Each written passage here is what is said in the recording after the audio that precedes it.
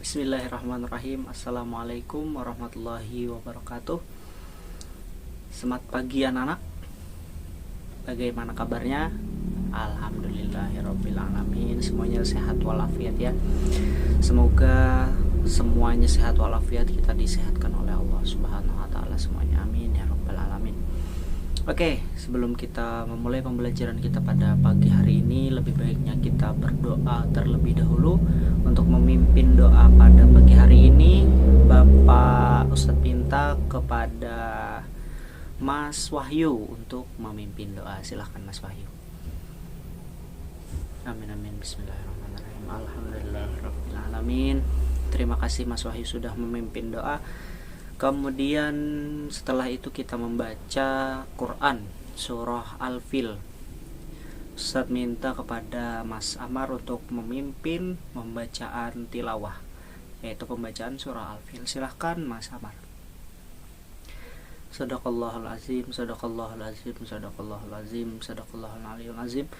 Semoga dengan pembacaan surah Al-Fil tadi, pembelajaran pada pagi hari ini berjalan dengan baik dan lancar. Amin ya rabbal alamin. Oke, selanjutnya Ustadz absen terlebih dahulu ya, siapa saja yang belum hadir pada pagi hari ini, yaitu ada berapa orang? Tadi sempat Ustadz tanya sebelum pembelajaran dimulai ya. Berapa orang Mas Ferdi? 1 orang. Oke, siapa yang nggak hadir? Mas Busro. Oke, Mas Busro katanya sakit ya. Oke, semoga Mas Busro disembuhkan dan diangkat penyakitnya oleh Allah Subhanahu wa taala, dan bisa segera bergabung dengan kita untuk belajar pada pagi hari ini, untuk belajar pada pagi yang akan datang mungkin. Amin amin amin ya rabbal alamin. Oke, selanjutnya kedisiplinan itu penting ya. Tadi alhamdulillah beberapa dan semuanya yang sekarang hadir di kelas disiplin. Maksudnya disiplin adalah tepat waktu hadir ke dalam kelas. Alhamdulillah. Oke. Kemudian untuk meningkatkan literasi baca kita, literasi tulis, literasi baca dan lainnya. Tadi kita sudah membaca surah Al-Fatihah. Nah, beserta artinya juga. Itu adalah merupakan bagian dari peningkatan literasi yang kita pakai ya untuk meningkatkan literasi kita. Gunanya apa meningkatkan literasi? Gunanya adalah agar kita menambah ilmu pengetahuan kita. Tadi kita mendengar arti dari surah Al-Fil, yaitu apa ya? Gajah. Nah, tadi kan ada peristiwa-peristiwa yang digambarkan oleh Al-Quran dalam surah Al-Fil tuh. Nah, itu kan meningkatkan literasi baca kita, meskipun kita mungkin 1 atau 2 orang sudah tahu. Nah, seperti itu. Selanjutnya, Ustadz minta gosokkan tangan kalian. Apa yang akan terjadi? Apa yang akan terjadi jika kita menggosokkan tangan kita? Panas, hangat ya. Ini adalah bagian dari yang namanya kalor. Kalor itu adalah energi panas. Kita akan belajar energi kalor ini lebih dalam dengan melihat video yang akan Ustaz tampilkan setelah ini. Berikut videonya. Oke, tadi sudah melihat videonya ya. Nah, video itu merupakan demonstrasi daripada suhu dan kalori. Itu contoh kecil saja. Nanti teman-teman bisa kembangkan lagi contohnya. Bisa pakai contoh yang tadi, bisa, silahkan, nggak apa-apa, tidak ada larangan. Tapi lebih baiknya menggunakan contoh lain. Oke. Nah, di Quran surah Al-Qasas ayat 29 menerangkan bahwa api itu ternyata dapat menghangatkan badan. Nah, di surah Al-Qasas pun digambarkan seperti itu. Ternyata api itu dapat menghangatkan badan. Kita semua tahulah itu. Nah, makanya itu hubungannya dengan Quran surah Al-Qasas ini berkenaan dengan suhu dan kalori itu yang pertama ya. Oke. Kemudian ada yang ingin bertanya sebelum kita lanjutkan pertanyaan selanjutnya pembelajaran? Ada? Oh, tidak ada. Oke, aman ya. Oke, kita lanjutkan.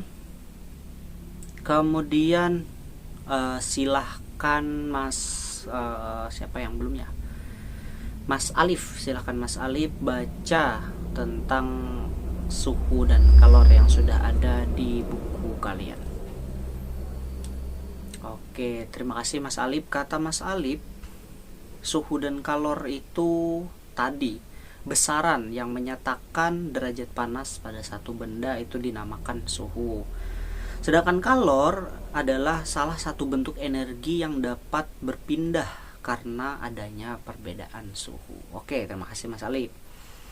Nah, Ustaz lanjutkan. Ternyata kalor dan suhu itu punya alat masing-masing untuk mengukur besarannya masing-masing. Namun sebelum itu Ustaz lanjutkan tadi bacaan yang sudah Alif sampaikan. Kemudian secara pasti panas atau dinginnya suatu benda itu kita membutuhkan satu besaran yang bisa diukur dengan alat baku. Ya tadi ada alatnya kan kata Ustaz tadi. Kemudian alat daripada suhu itu adalah apa? Kira-kira tahu nggak sih apa alatnya? Yang di UKS itu untuk mengukur suhu badan. Betul, termometer. Termometer adalah alat ukur suhu. Termometer ini sejarahnya zaman dahulu itu ditemukan oleh seorang ilmuwan yang berasal dari Italia yang bernama Galileo Galilei pada tahun 1952. Nah, kemudian saat itu termometer yang digunakan itu menggunakan bahan udara dan air. Kemudian dipatenkan atau dikembangkan lagi menjadi termometer ini dengan air raksa. Tadi kan dengan udara dan air. Ini lagi dikembangkan lagi dari air dan air raksa yang dikembangkan oleh Daniel Gabriel Fahrenheit, yaitu seorang ilmuwan dari Jerman yang menciptakan termometer dari air raksa. Nah, kemudian dikembangkan lagi, ada tiga perkembangan ternyata. Pada tahun 1742 itu ilmuwan yang bernama Andreas Celsius, ilmuwan dari Swedia, menemukan termometer dengan memakai skala derajat, yaitu 100 derajat. Dan di Indonesia yang populer dipakai itu adalah termometer derajat yang biasa kita pakai berapa derajat Celcius gitu ya. Itu yang paling populer di Indonesia, yang menggunakan skala 0 sampai dengan 100 derajat. Satuan untuk besaran suhu adalah derajat. Oke. Kemudian kalor tadi ya. Ternyata kalor pun ada juga alatnya untuk mengukur. Tapi sebelum itu perlu diketahui bahwa panas termasuk bentuk suatu energi. Maka satuan untuk menyatakan panas atau kalor itu adalah joule, atau biasa juga disebut kalori, kal. Namun penggunaan satuan ini sedikit berbeda. Satuan joule untuk menyatakan satuan usaha atau energi secara umum, sedangkan satuan kalori untuk menyatakan satuan kalor. Untuk alat ukur kalor itu disebut kalorimeter. Ya, oke. Beda sama termometer ya. Nah, perbedaan antara suhu dan kalor. Yang pertama itu suhu tinggi dapat diartikan benda tersebut cukup panas. Sedangkan suhu rendah dapat diartikan bahwa benda cukup dingin. Kalau kalor atau panas mengalir dari suhu yang tinggi menuju suhu yang lebih rendah. Kemudian untuk suhu, alat untuk mengukur suhu tadi termometer. Untuk alat pengukur kalor itu kalorimeter. Kemudian satuan untuk suhu ada Celsius, Kelvin, Reaumur, dan juga Fahrenheit. Suhu dapat menunjukkan energi tiap partikel penyusun satu benda. Kalor dapat dilepaskan maupun diterima kepada satu benda. Sebagai contoh, benda membeku karena melepaskan energi kalor. Benda mencair karena benda tersebut menerima energi kalor. Sehingga kalor dapat mengakibatkan perubahan wujud satu benda. Oke, selanjutnya dari kalor lagi, dan kalor tidak bisa langsung diukur ya, namun bisa dihitung. Kalor dipengaruhi oleh jenis benda, wujud benda, massa benda, dan perubahan suhu benda. Satuan besaran kalor tadi kita sudah pelajari, yaitu kalori atau joule. Oke, sampai sini ada pertanyaan mungkin? Tidak ada ya? Oke, kalau tidak ada, Ustadz bagi kelompok menjadi dua kelompok besar. Silahkan, sebelah kanan, sebelah kiri, dua kelompok besar. Nah, tugas kalian yaitu membuat praktik suhu dan kalor dalam kehidupan sehari-hari. Boleh dipakai yang video tadi, nggak apa-apa, atau memakai contoh lain, silahkan. Lebih baik pakai contoh lain ya.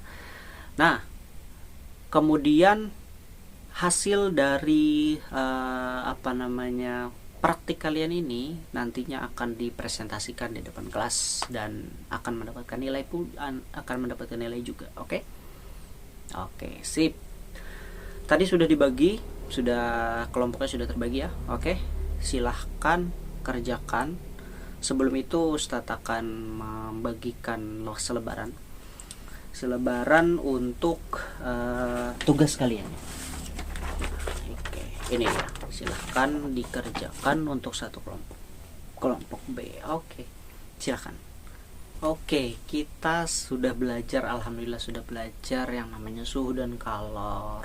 Nah, setelah ini silahkan kelompok-kelompok yang Ustadz tunjuk tadi, yang sudah kita pilih terlebih dahulu ya, ada dua kelompok tadi, dua kelompok besar, yang A dan yang B. Nanti masing-masing kelompok maju dan mempresentasikan apa yang diterapkan dalam suhu dan kalor ini dalam kehidupan sehari-hari. Oke, selanjutnya kita lihat terlebih dahulu teman-teman kita yang akan presentasi. Untuk kelompok A, silahkan maju ke depan. Oke, tepuk tangan untuk kelompok A. Alhamdulillah, sangat bagus sekali ya. Kelompok A tadi menggambarkan atau mempraktikkan suhu dan kalor dalam kehidupan sehari-harinya dalam sektor radiasi. Nah, yaitu membakar kayu yang kemudian api dari kayunya itu menyebar atau menghangatkan tubuh yang ada di dekat api situ. Kita dekat dengan api dan apinya itu menyebar ke tubuh kita, dan itu merupakan radiasi. Bagus untuk kelompok A. Selanjutnya kelompok B. Oke, beri tepuk tangan untuk kelompok B. Alhamdulillah, untuk kelompok B juga bagus. Kelompok B langsung mempraktikkannya, yaitu melalui media besi ya seperti yang dicontohkan di video. Nggak apa-apa, silahkan, karena contohnya bebas saja. Nah, untuk kelompok B juga bagus, itu merupakan contoh dalam kehidupan sehari-hari yang biasa kita pakai, yaitu membakar besi dan kemudian kita rasakan panasnya tersebut di besi yang ujung satunya dibakar dan ujung satunya terasa panasnya. Itu adalah penyebaran panas secara langsung atau konduksi. Oke, setelah ini silahkan kembali ke tempat duduknya masing-masing.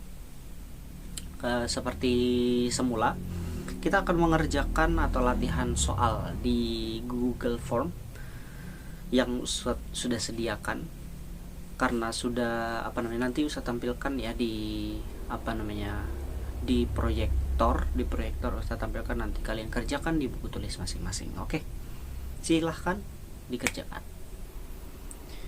Oke, waktu habis. Alhamdulillah sudah mengerjakan semuanya ya. Siapa yang belum? Oke, sudah semuanya. Alhamdulillah, pembelajaran kita pada pagi hari ini itu terkait dengan surah Al-Quran, surah Al-Kahfi ayat 96, yang mana di sana diterangkan bahwa ada besi yang dipanaskan. Artinya pembelajaran ini berhubungan dengan hal tersebut, yaitu suhu dan kalor. Karena kalor merupakan energi panas dan besi yang dipanaskan tadi adalah contoh daripada suhu dan kalor. Oke. Kalau ada yang penting silahkan dicatat. Untuk selanjutnya mungkin ada catatan dan evaluasi, silahkan dicatat masing-masing. Kemudian terakhir kita akan, sebelum menutup pembelajaran, kita berdoa terlebih dahulu. Untuk memimpin doa tadi sudah ya Mas Wahyu. Sekarang Mas Ferdi untuk memimpin doa penutup pelajaran. Silahkan. Amin amin. Alhamdulillahirabbil alamin. Terima kasih Mas Ferdi sudah memimpin doanya. Mungkin itu yang dapat Bapak sampaikan. Terima kasih atas perhatian kawan-kawan sekalian. Mungkin kita akan belajar lagi di lain waktu. Terima kasih. Wassalamualaikum warahmatullahi wabarakatuh.